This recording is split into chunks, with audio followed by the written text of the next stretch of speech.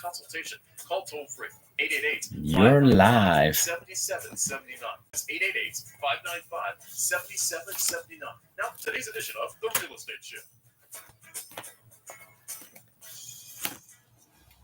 And hello, South Florida. Welcome to another live edition of The Real Estate Show, South Florida's #1 program and America's longest running daily radio show, all about the topic of real estate. My name is Eric Willner, and I am your host. And we are here live Monday through Friday, 5 days a week, bringing you all that you can use about real estate. It's news that you can use. It's up-to-date, cutting edge, and it's applicable. It's usable. It's, for that reason, very valuable. So we hope that you'll join us each and every weekday at 5 p.m., live at 5 here at the Real Estate Show. You can find us 5 different ways: on the AM, on the FM dial, through the from the radio apps. These are free apps that you can download from your app store, bring them into your smart device, the iHeartRadio app, the TuneIn app, the radio.com app, and there are a whole bunch of other ones that allow you to bring a radio station, all the ones that stream, right onto your portable device. You can take it with you on the go. One of my favorites, of course, iHeartRadio, very popular. TuneIn has a little the ability for you to set an alarm or an alert so that when your favorite show shows up, then it'll remind you at the right time, 5 p.m. Eastern, for you to jump on and listen to the latest edition of the Real Estate Show. In addition to the AM, the FM, that app that I was just talking about, you also have us streaming live on the internet directly on our website. All you have to remember is automaticlandlord.com. That's right. Remember that one phrase, automatic landlord. And at the top of the page, you'll see a real estate show tab. If you click on the tab, you have a bunch of options. You can listen to us live streaming right there over the internet, so you can hear it at home, at the office. You can also listen to the archived recent recordings after about 24 to 48 hours. They all get popped up onto our website as they become part of our permanent archive, and you can access and listen to the Real Estate Show on demand 24/7, 365 days out of the year. Man, can you believe there's 2 days left out of this set of 365? 2021 is coming to an end, and this is going to be our second to last show of the year. Then on top of that, you can also watch and participate with the Real Estate Show on our Facebook page, where we do broadcast it live. We've actually been broadcasting it live on YouTube, but we're in the process of setting up that channel, and more to come on that when we start the new year. So 5 different ways: AM, FM, the apps, the website, and on Facebook. And all you have to do is go to facebook.com/The Real Estate Show. So each day of the week, we have a different theme on the same topic, which is real estate. Always a fresh, always a new story, always a new show. And every single day, there's something to talk about in real estate. And it's no wonder when you think about it. You know, my favorite little saying, everyone is in real estate. In fact, I was just thinking about that because I'm in the process of writing a book. And I think I just found the title of the book also. And whether you're in real estate or whether you're on real estate, we're all in it together. And so today I want to talk about in our ATM edition, which is about the money, is, I had a fun and interesting conversation today. One of my friends who owned zero real estate when I met them several years ago, today found out that they had $1 million worth of real estate. And I'm going to tell you that was without a focused effort in acquiring real estate. But now their properties have appreciated thanks to this great market and summed up together.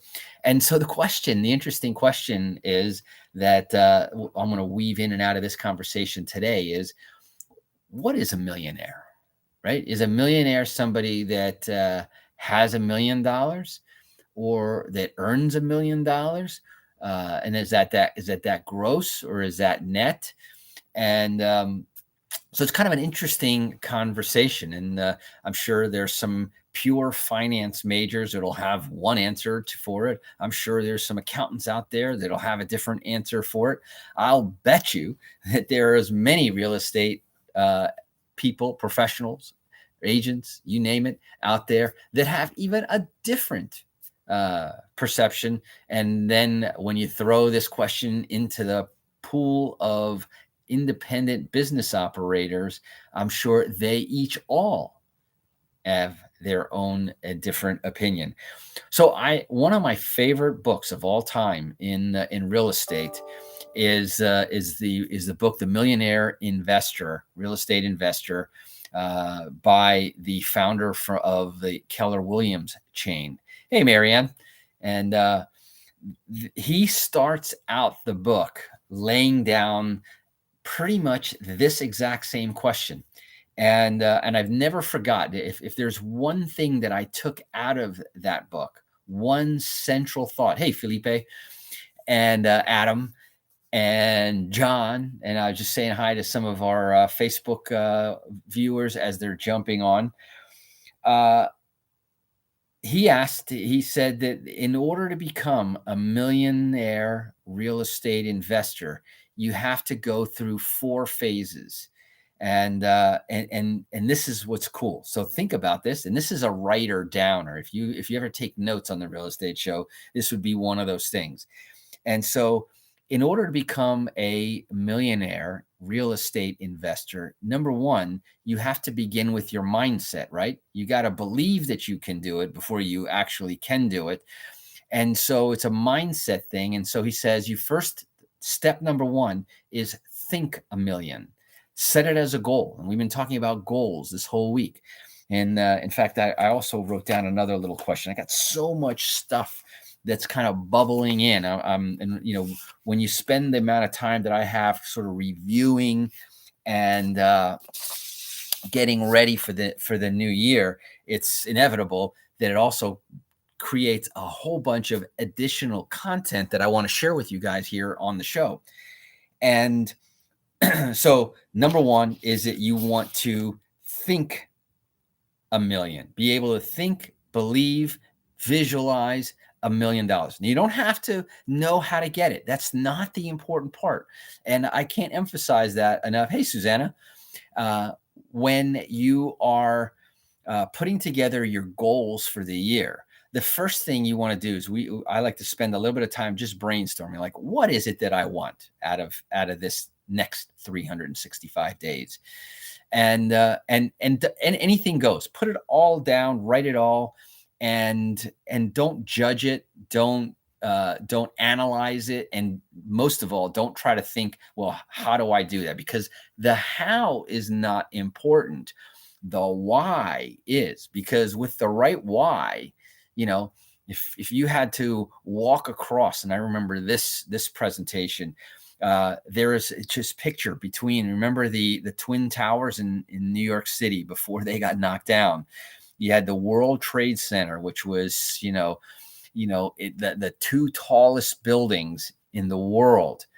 And they were separated by several hundred feet. Now imagine if you laid down a giant steel beam across the top of these 2 buildings. Now, just imagine looking down, you're still standing on the edge of the World Trade Center when it was still standing, and you're looking down. I mean, I don't know if you've ever been to the top of the World Trade Center and the top of the World Restaurant. I haven't. It's a beautiful thing. Food was but the view, of course, was, unparalleled. Same thing being on the top of the Empire State Building. Remember when they used to let you go out on the top? Now it's all caged in and everything. And when you look down, I mean, literally, you're in the sky. Now imagine standing on top of the World Trade Center, one of the towers, and right across a couple hundred feet, a bad guy was holding your child, about to dangle him over the edge of the other side. And he says, if you don't cross this steel beam, I'm going to drop the kid. Now, maybe some of you will probably say, go ahead and drop the kid. But in a serious note, for $1, you wouldn't even consider crossing that beam. But for the right why, and that's the point, for the right why, you would even do that, something that you know that puts your life at risk and is scary as all can be. The wind is howling, that several thousand feet in the air, and there you are. You have a choice to make, and you'll figure it out, because if it's to save the life of somebody that you absolutely love, you'll do it. And same thing with goals. If you absolutely, if you hey, listen, if I do it, I do it. If I don't do it, I don't do it. You're going to start to measure, but that's at a later phase. Like I said, don't judge how. It's the why that will matter more. And which is PS, that one of the next steps is you say, like, here are my 25 goals. Well, pick the top 5. Now you got to prioritize them. Which ones, if I could only have 5 of those things, what would they be? And then when you've narrowed it down, because that'll take a while, then you narrow it down and you ask the reason why. Why is this goal a goal for me? And you write it down. And then you ask the question, the reason that you gave, why did you give that reason? And you'll have to go deeper and deeper and deeper. And sometimes you'll run out of whys, and there really isn't a strong enough reason. And other ones you'll say, because that's me, that's my identity, that's my life, that's my, my passion, whatever the case is. So we got off on the whole mindset thing, and I think that this is critical. Now, step number 2 is step number 1 is think a million, and this is from Keller's book. Number 2 is buy a million. Okay, so we're not talking about having $1 million. If you can sweet talk and get 100% owner financing from $1 million worth of real estate, how much money did you need to invest? And the object here isn't, even if they financed 100%, the object here is to buy. In other words, control, get physically. So go from mindset to actual performance. And so step number 2 is buy a million. Then step number 3 is to own a million. Now we're talking about the equity. So I don't care how much real estate it takes to get there. Some real estate, you'll have 10% down or equity. With time, it'll grow, and you'll have a certain amount of equity. And so the next goal is to continue acquiring real estate, continue improving and maintaining your current real estate portfolio, so that you have $1 million worth of equity. And I love it, Susanna. You're totally engaged in this conversation. And she goes, you have 1 million ideas. I love it. And she's talking about a friend there that's this same mentality. And that's, and that one, where you're talking about think, and that's right. It's becoming $1 million. And so now you have your mindset of $1 million. Now you bought or control $1 million, and now you continue to build your real estate so that you now have $1 million of equity in your properties. Now, in my opinion, you have reached the first stage of being a millionaire, because you have $1 million worth of equity. And if you were to sell the property, net it out, and you have $1 million, there's $1 million in cash. Not everybody's definition of $1 million, but I'll tell you, I would certainly respect that one. And then the fourth one, the fourth level of his book, the stages is to earn $1 million. Now imagine you have enough real estate that's generating $1 million worth of revenue per year. So quick review. Number 1, think $1 million. Number 2, buy $1 million. Number 3, own $1 million, and that's equity. And number 4 is then earn $1 million. Now, once you've checked all those boxes, I don't think anybody from any profession, finance, accounting, or anywhere else will argue that that is a millionaire. And of course, the rest of the book goes on and starts getting into the technicality. Again, my favorite all-time real estate book is that one. I have a whole bunch more, which I'll share more with you. A library in my office of books It is a $1 million library, but I'll tell you, it is a multi-million-dollar set of ideas and concepts. So anyway, we're going to go ahead and take a quick break. Here are a few words from our sponsors. When we come back, I wanted to share with you also one of the things: young buyers will be at a disadvantage in 2022.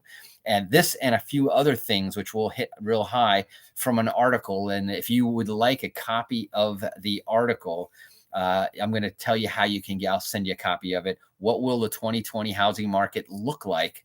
And this is talking about another set of experts. Yesterday, I shared one set. I got another set for you. You're going to see how a lot of this is converging. And then we're going to talk about how you can take advantage of it. So don't touch that dial. You're listening to The Real Estate Show. My name is Eric Willner, and I will be right back.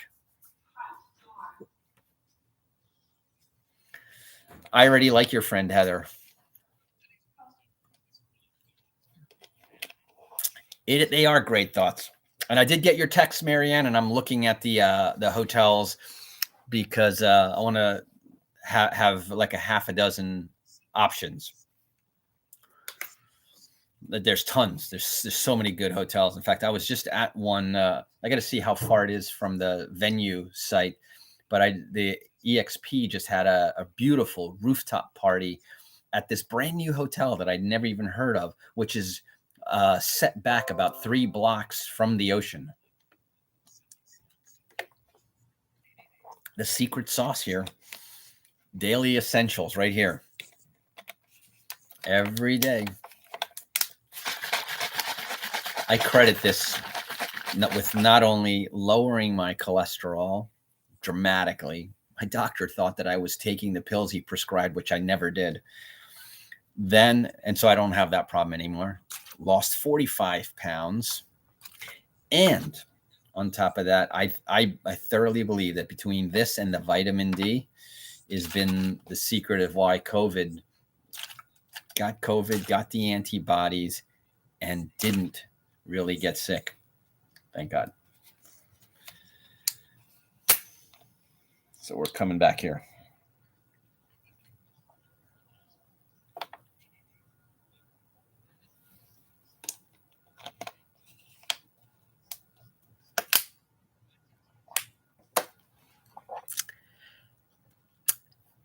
And welcome back. For those of you just joining us here on The Real Estate Show, on the second to last day of the year, our second to last show of the year.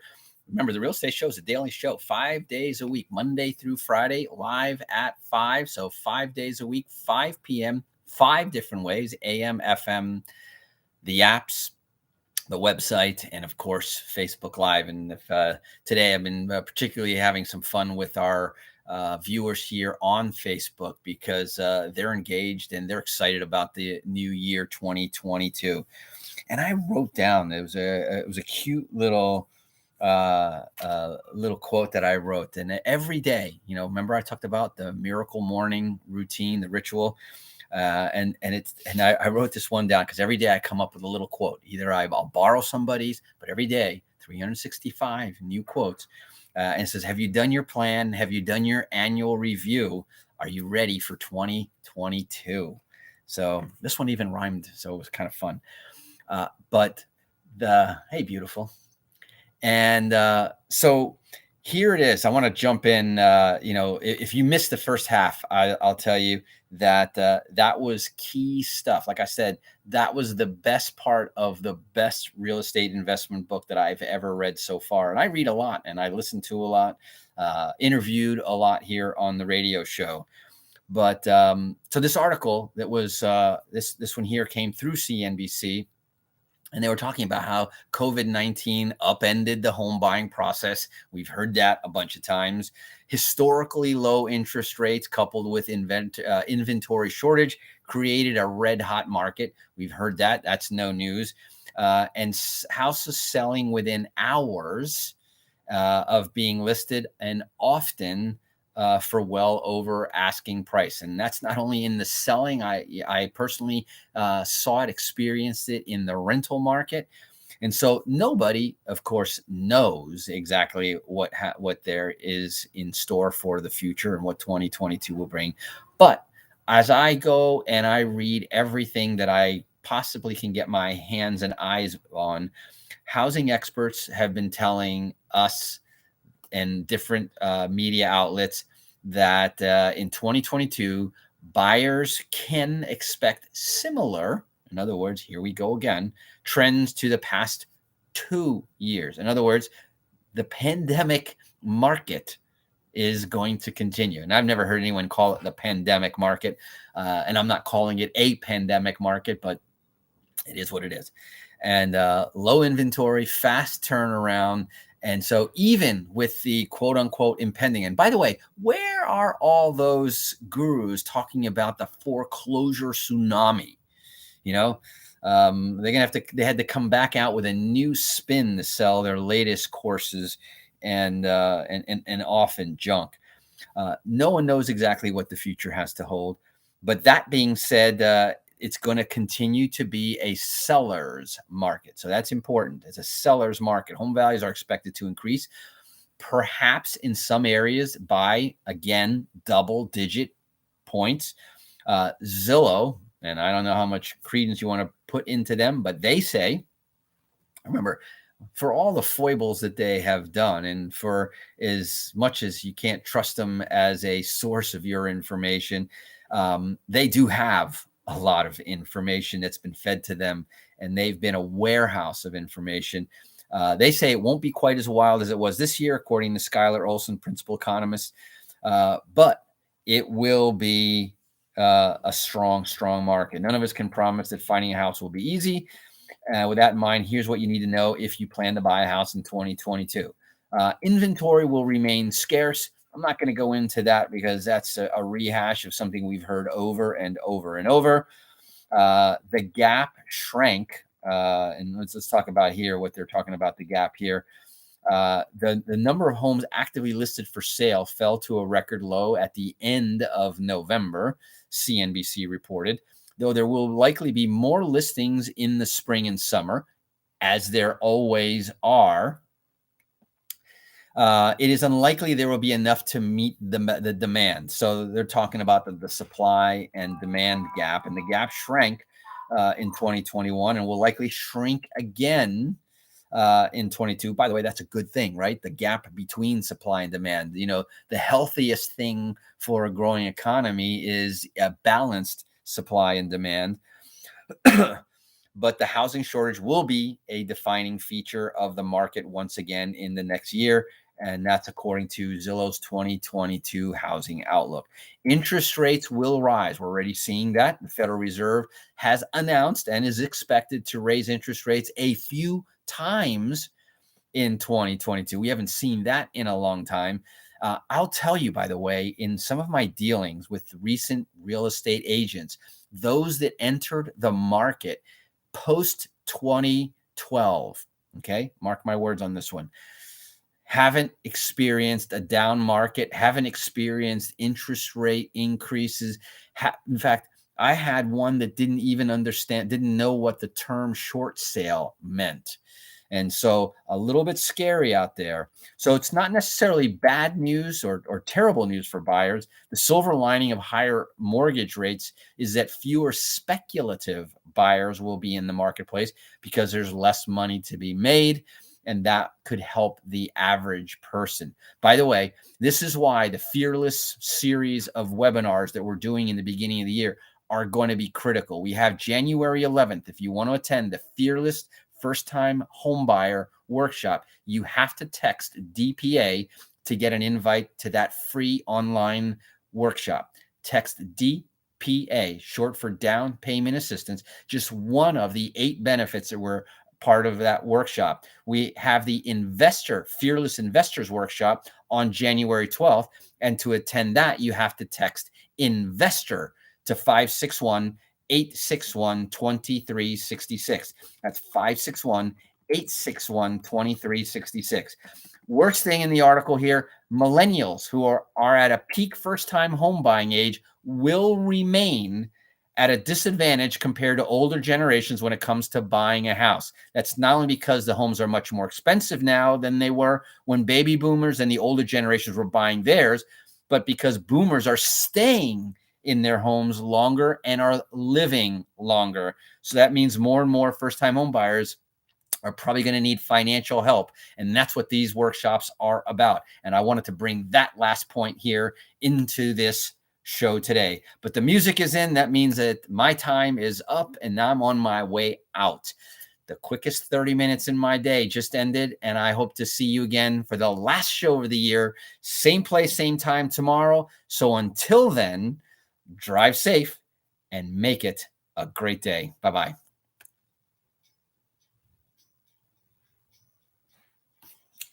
Thank you, my friend, for the New Year's Eve edition of the Real Estate Show. And I'm thinking of doing it in a very unique place. I'm going to knock off, let's see, the YouTube recording and the stream.